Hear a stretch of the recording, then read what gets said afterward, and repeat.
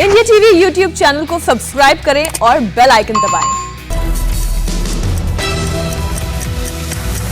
सुबह 9 बजे सबसे पहले आपको दिखाते हैं इस वक्त की सबसे बड़ी खबर। प्रधानमंत्री नरेंद्र मोदी ने आज कोरोना वैक्सीन की दूसरी डोज ले ली है। पीएम मोदी ने दूसरी डोज भी एम्स में ही ली है। इस बार पीएम को एम्स की 2 नर्सेज, पुडुचेरी की पी निवेदिता और पंजाब की निशा शर्मा ने वैक्सीन दी है।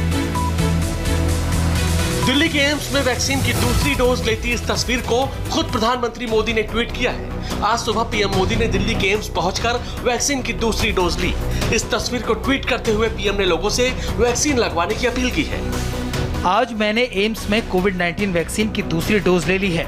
कोरोना वायरस को हराने के उपायों में टीकाकरण भी एक उपाय है, इसलिए यदि आप भी वैक्सीनेशन के लिए एलिजिबल हैं तो फौरन वैक्सीन लगवाएं। वैक्सीनेशन के लिए आप cowin.gov.in पर रजिस्टर करवाएं। इस बार पीएम को एम्स की 2 नर्सों, पुडुचेरी की पी निवेदिता और पंजाब के निशा शर्मा ने वैक्सीन दी। 1 मार्च को जब पीएम मोदी ने वैक्सीन की पहली डोज ली थी, तब भी सिस्टर निवेदिता ने ही प्रधानमंत्री को वैक्सीन लगाई थी। आज सुबह ही हमें पता चला कि सर अपनी कोवैक्सीन की सेकेंड डोज के लिए एम्स आ रहे हैं और हमें उन्हें वैक्सीनेट करना है। हमने उनको वैक्सीन की सेकेंड डोज दी और हमें बहुत अच्छा लगा उनसे मिलके, और फिर उनसे थोड़ी सी बातचीत भी हुई। उन्होंने पूछा कि हम कहाँ से हैं और फिर एक फ़ोटोग्राफ ली। I was elated again. I got a second opportunity to meet sir. अच्छा लगा, सर से फिर से बातचीत हुई, एक फ़ोटो भी लिए थे हमने। पीएम मोदी ने 1 मार्च को कोरोना से बचाव के लिए भारत में बनी स्वदेशी कोवैक्सीन वैक्सीन ली थी और आज 39वें दिन पीएम ने वैक्सीन की दूसरी डोज ले ली है। देश में वैक्सीनेशन की रफ्तार बढ़ रही है तो कोरोना केस भी उसी तेजी के साथ बढ़ रहे हैं। पिछले 24 घंटे में 1,26,000 नए मरीजों के साथ कोरोना ने महामारी को लेकर तमाम आशंकाएं बढ़ा दी हैं। आज पीएम कोरोना से बिगड़ते हालात और वैक्सीनेशन को लेकर मुख्यमंत्रियों के साथ मंथन करने वाले। पिछले 24 घंटों में कोरोना के नए मरीजों में फर्क, ये आंकड़ा बताने के लिए काफी है।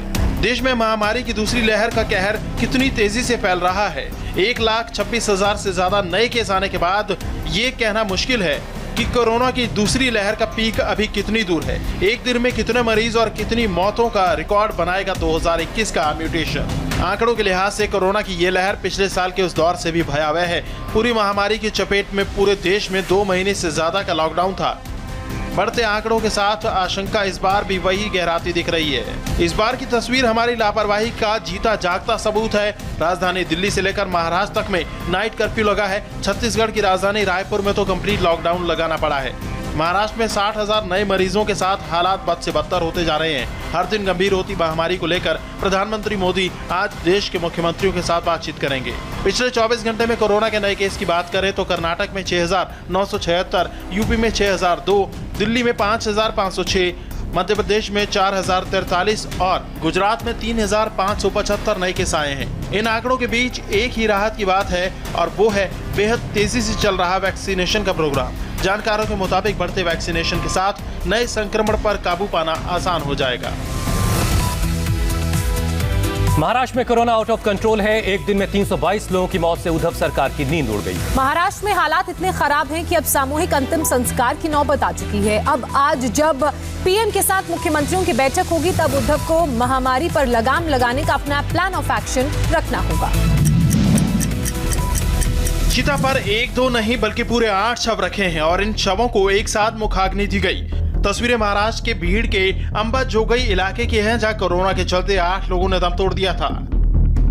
महाराष्ट्र के बीड़ जिले में 24 घंटे में 741 लोग कोरोना पॉजिटिव हुए और 8 लोगों की मौत हुई। जब अंतिम संस्कार करने का वक्त आया तो स्थानीय लोगों ने इसका विरोध किया, जिसके बाद नगर निगम ने मांडवा रोड के कब्रिस्तान में अस्थायी अंतिम संस्कार की जगह बनाकर 8 शवों का एक साथ अंतिम संस्कार किया।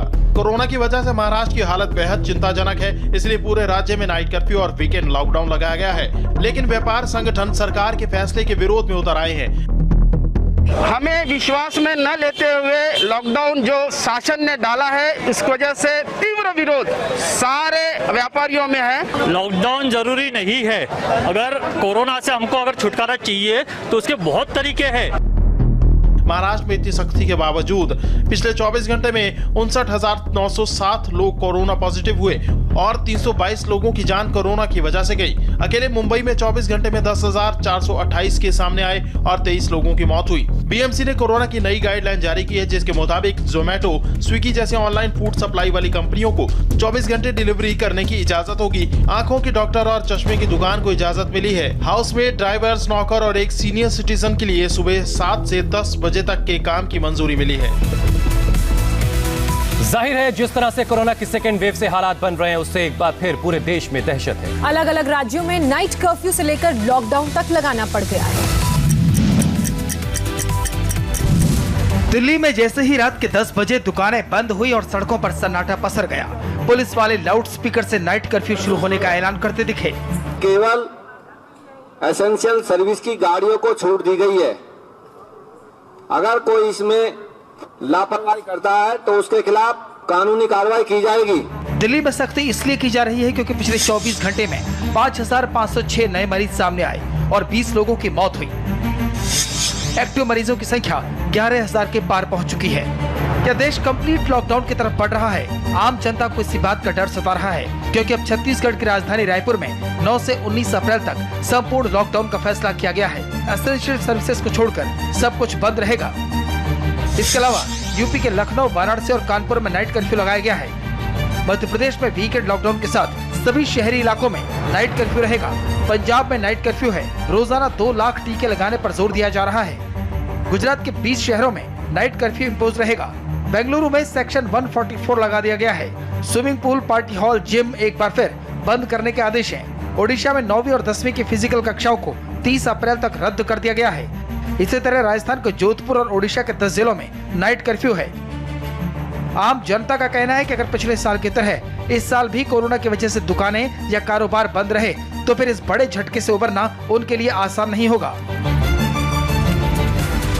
कई शहरों में नाइट कर्फ्यू और लॉकडाउन लगने से एक बार फिर से प्रवासी मजदूर अपने घरों को लौट रहे हैं। देश के कई शहरों में काम करने वाले यूपी और बिहार समेत दूसरे राज्यों के मजदूरों की भीड़ रेलवे स्टेशन पर देखने को मिल रही है।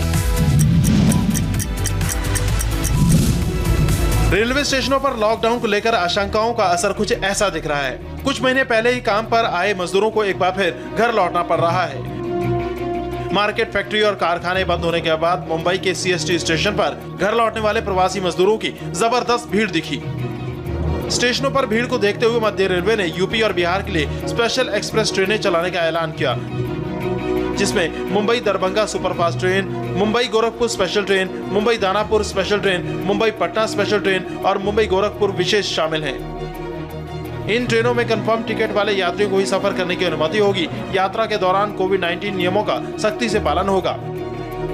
महाराष्ट्र में आंशिक लॉकडाउन ने राज्य को पिछले साल वाली स्थिति में ला दिया है। तब ट्रेनें बंद थी और लोग पैदल ही हजारों किलोमीटर का सफर करने निकल पड़े थे, और अब ट्रेनें चल रही हैं तो सफर के लिए कोरोना गाइडलाइंस और रिजर्व टिकट का सवाल बड़ा हो गया है। सुबह की बड़ी खबरों में अब बात सियासत की। बंगाल में चौथे चरण की वोटिंग से पहले आज हम आपको दिखाने जा रहे हैं दो एक्सक्लूसिव इंटरव्यू। पहला इंटरव्यू गृह मंत्री अमित शाह का है, जबकि दूसरा योगी आदित्यनाथ का। इंडिया टीवी से खास बातचीत में अमित शाह ने जहां एक बार फिर बंगाल में 200 से ज्यादा सीटें जीतने का दावा किया, तो वहीं योगी आदित्यनाथ ने ममता बनर्जी पर कटाक्ष करते हुए कहा कि अब मंदिर जाने से कोई फायदा नहीं, क्योंकि एक्सीडेंटल हिंदू को जनता पहचान गई है। अभी भी वो माइनॉरिटी को, मुस्लिम वोटर्स को माइक में से अपील कर रही है कि साहब एकजुट होकर मेरे साथ आइए। मैं नहीं मानता है लोकतांत्रिक तरीका है, और अब मंदिर जाने से कुछ नहीं होने वाला, बहुत देर हो चुकी है। पब्लिक नेता की छवि को दोनों देखता है, ये वास्तविक जीवन में क्या है और चुनावी जीवन में क्या है। अगर आप वास्तविक हिंदू हैं तो हिंदू आपको हिंदू मानेगा, अगर एक्सीडेंटल हिंदू है तो हिंदू हिंदू नहीं मानेगा। बीजेपी की ये दोनों स्टार कैंपेनर्स इन दिनों बंगाल के चुनावी रण में हैं और उसी तजुर्बे के आधार पर दावा कर रहे हैं कि बंगाल की माटी और मानस इस बार बदलाव के लिए बेकरार है। अमित शाह और योगी आदित्यनाथ दोनों ने अब तक के कैंपेन का अनुभव इंडिया टीवी के साथ एक्सक्लूसिव इंटरव्यू में साझा किया है। अमित शाह ने तो यहाँ तक कहा कि बीजेपी ने बंगाल के लिए जो मिशन 200 का टारगेट सेट किया था, वो ग्रामीण और शहरी दोनों वोटर्स के उत्साह के आगे कहीं छोटा ना पड़ जाए। दोनों जगह पे समान रिस्पांस मिल रहा है, दोनों जगह पॉजिटिव रिस्पांस मिल रहा है। मुझे लगता है जब परिणाम आएगा तो शायद मैंने जो 200 से ज्यादा वाला आंकड़ा का है वो भी कम पड़ेगा। इस प्रकार का अभी तो माहौल दिख रहा है। अमित शाह ने कहा कि बंगाल में बदलाव की लहर के पीछे कई सारे फैक्टर हैं, उनमें एक है घुसपैठ का मुद्दा। कलकत्ते के अंदर रहने वाला भी नागरिक ये चिंता में है कि घुसपैठ न रुकी तो अल्टीमेटली 10 साल के बाद कलकत्ता की भी स्थिति क्या होगी। अब सिर्फ ये घुसपैठ उत्तर बंगाल का इश्यू नहीं रही है, 24 परगना तक आ गए, हावड़ा तक आ गए। बंगाल चुनाव में यूपी के माफिया मुख्तार अंसारी का मुद्दा उठाने पर इंडिया टीवी के कंसल्टिंग एडिटर अजय कुमार ने जब योगी आदित्यनाथ से डायरेक्ट सवाल किया तो उनका जवाब क्या था, आप खुद सुनिए। हर अपराधी के मन में कानून का एक भय होना चाहिए और उसके मन में इस बात का भी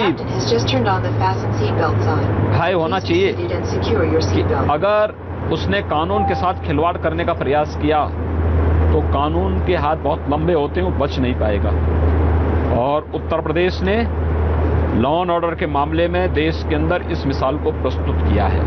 बंगाल क्यों नहीं, क्यों बंगाल आज अपराधियों की रणस्थली बना दी गई है टीएमसी की सरकार द्वारा। बंगाल में चौथे चरण की वोटिंग के लिए आज प्रचार का आखिरी दिन है, जहां प्रचार की कमान आज योगी आदित्यनाथ और जेपी नड्डा संभालते दिखेंगे। सुबह 10:30 बजे देखिए अमित शाह का पूरा एक्सक्लूसिव इंटरव्यू और दोपहर 12 बजे देखना न भूलें योगी आदित्यनाथ का विस्फोटक इंटरव्यू। बंगाल चुनाव प्रचार के दौरान धर्म के नाम पर वोट मांगने पर ममता बनर्जी को चुनाव आयोग का नोटिस मिला है। लेकिन ममता बनर्जी ने इस नोटिस का जवाब भी नहीं दिया है और फिर से एक ऐसा बयान दे दिया है जो उनके लिए मुश्किल खड़ी कर सकता है। 3 अप्रैल को हुगली के तारकेश्वर की रैली में ममता बनर्जी ये भूल गई कि चुनाव में जाति, धर्म और समुदाय के नाम पर वोट मांगना आचार संहिता का उल्लंघन है। अब उसकी कीमत भी चुकानी पड़ेगी। दीदी को चुनाव आयोग के नोटिस पर 2 दिन के अंदर जवाब देना होगा। बीजेपी इसे पहले ही मुद्दा बनाए हुए है। खुद पीएम मोदी ने भी चुनावी मंच से इस पर ममता पर निशाना साधा था। अगर हमने कहा होता कि सारे हिंदू एकजुट हो जाओ, बीजेपी को वोट दो, तो दीदी ये इलेक्शन कमीशन हमें 8-10 नोटिस भेज देता। मुस्लिम वोट वाले बयान पर गर्मा गर्मी के बीच ममता बनर्जी ने एक और विवादास्पद बयान दिया है। बुधवार को कूच बिहार की रैली में ममता का गुस्सा इस बार सुरक्षा बलों पर उतरा। ওই সেন্ট্রাল ফোর্সেসে দাঁড়িয়ে গেছে, গিয়ে বলেছে ভোট দেওয়া যাবে না। সাহস আছে? আপনাকে সাহস আছে? এত লড়াই করেছেন উপর থেকে এসে, এত লড়াই করেছেন এদেশে থেকে। মনে রাখবেন শান্ত হওয়া ভালো, কিন্তু কেউ যদি দুষ্টুমি করে তাকে দুটো থাপ্পড় দেওয়া ভালো। सुरक्षा बलों को लेकर ममता का आरोप और लोगों को सुरक्षा बलों को लेकर भड़काने की कोशिश वाला यह बयान भी मुश्किल में डाल सकता है। और बंगाल बीजेपी अध्यक्ष दिलीप घोष पर हुए हमले का मामला गर्माता जा रहा। दिलीप घोष ने चुनाव आयोग से इस मामले का संज्ञान लेने की अपील की। दिलीप घोष पर बुधवार की शाम कूच बिहार में चुनावी सभा के दौरान हमला किया गया था, जिसमें बीजेपी के कई कार्यकर्ता जख्मी हुए। बंगाल बीजेपी अध्यक्ष दिलीप घोष जिस हमले की डिटेल दे रहे थे उसकी तस्वीर कुछ ऐसी सामने आई। दिलीप घोष की चुनावी सभा कूच बिहार के शीतकुची इलाके में हो रही थी। आरोपों के मुताबिक चुनावी सभा और उसके बाद दिलीप घोष के काफिले पर हमला टीएमसी के कार्यकर्ताओं ने किया। इसमें दिलीप घोष को भी चोटें आई, कई गाड़ियों के शीशे तोड़े गए और बीजेपी के कई कार्यकर्ता भी जख्मी हुए। महाराष्ट्र की सियासत में सचिन वाजे के लेटर बम ने भूचाल ला दिया। सचिन वाजे ने चिट्ठी के जरिए उद्धव सरकार में शामिल मंत्रियों पर करोड़ों की वसूली के आरोप लगाए हैं। सचिन वाजे की जिस चिट्ठी से महाराष्ट्र की राजनीति में खलबली मची है, उसके निशाने पर हैं तीन हाई प्रोफाइल नेता, पूर्व गृह मंत्री अनिल देशमुख, डिप्टी सीएम अजित पवार और उद्धव ठाकरे का दाहिना हाथ माने जाने वाले अनिल परब।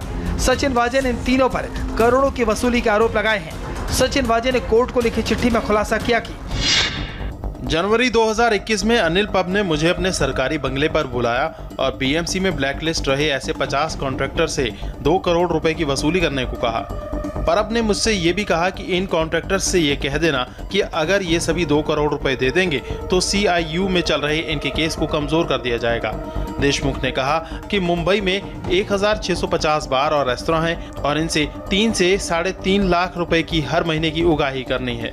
सचिन वाजे ने इस चिट्ठी में आगे लिखा है कि नवंबर 2020 में दर्शन घोड़ावत नाम के शख्स से वो मिला, जिसने खुद को deputy chief minister Ajit Pawar का करीबी बताया था। दर्शन घोड़ावत चाहता था कि महाराष्ट्र में गुटखा और तंबाकू का अवैध कारोबार करने वाले लोगों से हर महीने 100 करोड़ रुपए वसूल करूं।